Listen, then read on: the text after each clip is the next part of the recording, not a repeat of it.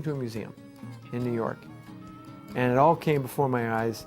I saw that the adventure that I used to love so much as a kid over the summer, imagining myself, and we were given no chance. Even by the Argentinians, we were given no chance. We all thought we could do something. They thought it was going to be a hopeless disaster. We didn't even speak each other's language. I was just learning Spanish.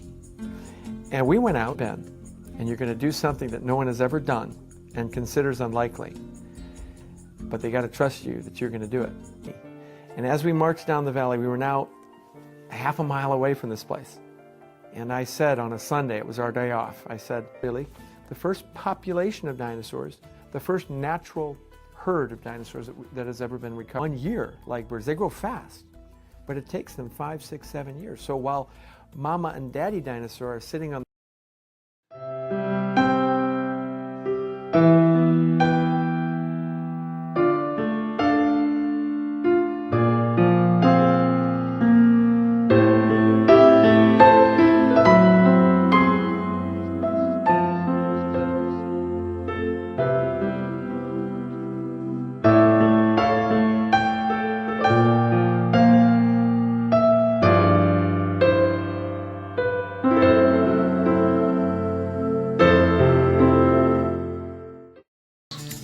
And if you hear something, you might forget it, as the old proverbs say. And if you see something, you might know it. But by actually doing, you can really understand. And by actually finding fossils in my dad's garden, I was beginning to understand more and more about the history of life on Earth. And I was completely hooked.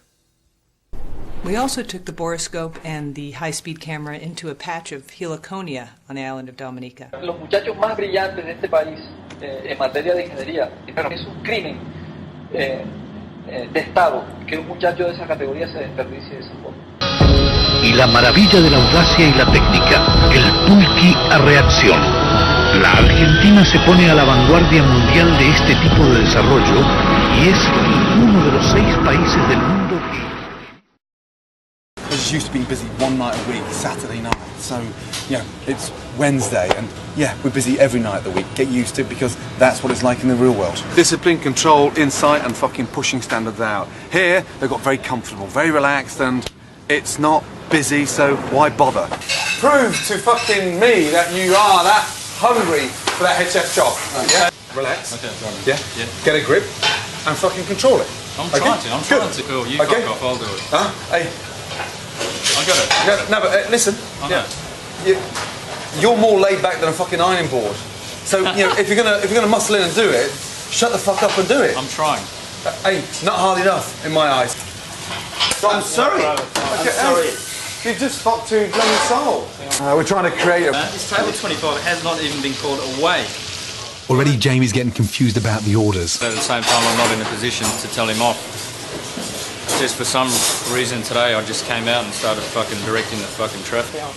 Alex is burning. Sorry, my bad, my mistake.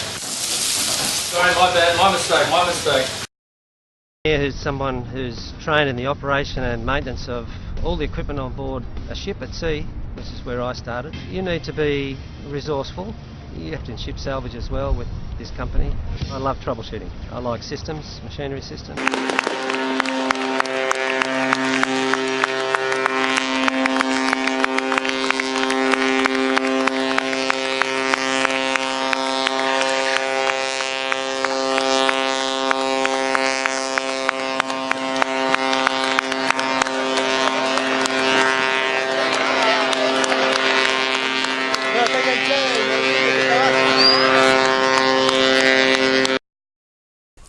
Bueno, os he traído a visitar el gallinero porque bueno, vengo a recoger los huevos y bueno, la verdad es que quisiera romper una lanza en favor de los huevos ecológicos, ¿no?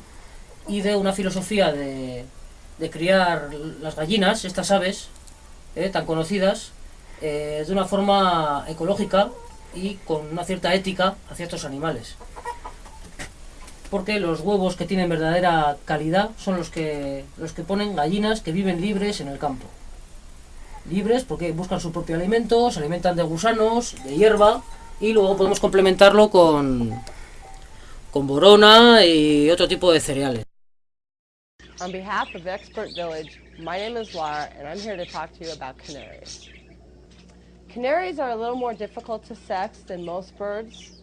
One of the biggest ways in sexing them is the males sing. The only problem with this is some females have been known to sing too. The best way to sex a canary is to check its pelvic area. Canary eggs are usually about the size of your pinky finger when they're laid. There's a prologue in 1911. The real story begins in 1914 and covers 10 years. The second book will cover the Second World War, and the third book in the trilogy will cover the Cold War. First part of the 20th century. So the people in Fall of Giants lived through the First World War and the Russian Revolution and the aftermath of those events in the early 1920s. And so they gave me a small amount of money. I went down to Argentina, ran into some Argentinian students, and formed a team. Listen, it's a Bermuda Triangle back there. I feel there's something in it. I'll take anybody that wants to take a good part of their day off and come with me. And when one of my students who was doing her master's with me had spent the summer digging with Tyler, she came back with this tail, and you know how big the muscle groups are, which is like the main engine of the dinosaur. It's so important when you're doing locomotion study. Also steering, operating the winch. Recommend the career to anyone that wants to do it. It's quite satisfying. I've been doing it now since 1974, starting out in a canoe on Sydney Harbour, and sailing away to sea was terrific. These are things that really make people think, gosh, I didn't know that animal at all. They have all kinds of amazing, about these scientists, I could never have made this. That we had just about to leave, and I didn't see any footprints. I didn't see anybody that had seen this little corner, and it bugged me. You know, I got to go back. I can't sleep at night. We drove back to this area. I put down my bag. I had found it, and that was a glorious moment. And we all grouped around. I walked away actually while the people were gathering around. We need them, and so when we have a science discovery, a dinosaur, a molecule. I don't care, it can be anything. We really need to bring it to the public in a bigger way than we have been.